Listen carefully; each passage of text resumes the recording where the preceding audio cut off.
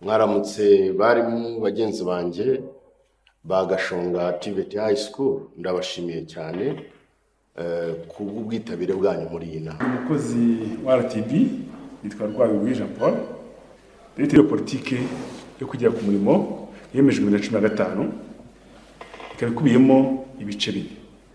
Hari Industrial Attachment Program nsanzwe menyereye, hakaba Dio Apprenticeship ari samuganiraho,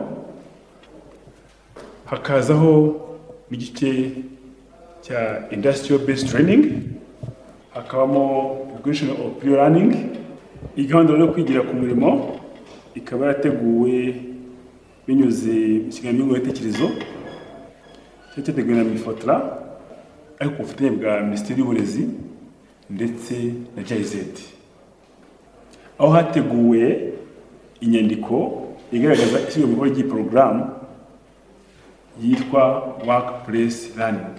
Icyambere, iyo umwana yagiye kwigira hariya mu Rwanda avuye ku ishuri, hari ibintu byinshi abatarabashije kubona ku ishuri biba hariya nyine mu nganda yageraho akabibona, niba ari amashini bakoresha, niba ari iki akabyungukirayo.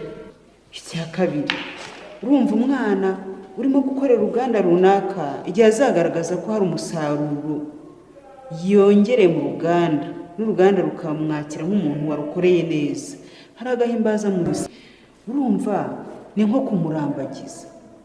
Uwo ni umukozi wo mu gihe kizaza, ariko ntabwo uruganda rwaca ku ruhande ngo rufate undi muntu utarigeze ahanyura ngo ruvuge ngo rugiye kumuhereza akazi mbere y'uko rufata wa mwana rwitoreje mugafatikanya. Ya gahunda ni sawa, nabyemeye siko nzayambonamo n'amafaranga yo kugura imyenda igezweho. Mary, n'igihe nzayankoreramo amafaranga yo kwishyura ishuri.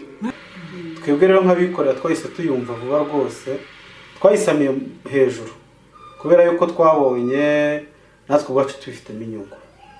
Uzi kwirerera umukozi w'ahazaza, hari igihe abenshi ubona amahirwe tukaba twabaha n'akazi bitewe n'uko baba bazi neza ibyo dukoresha hano muri hoteli.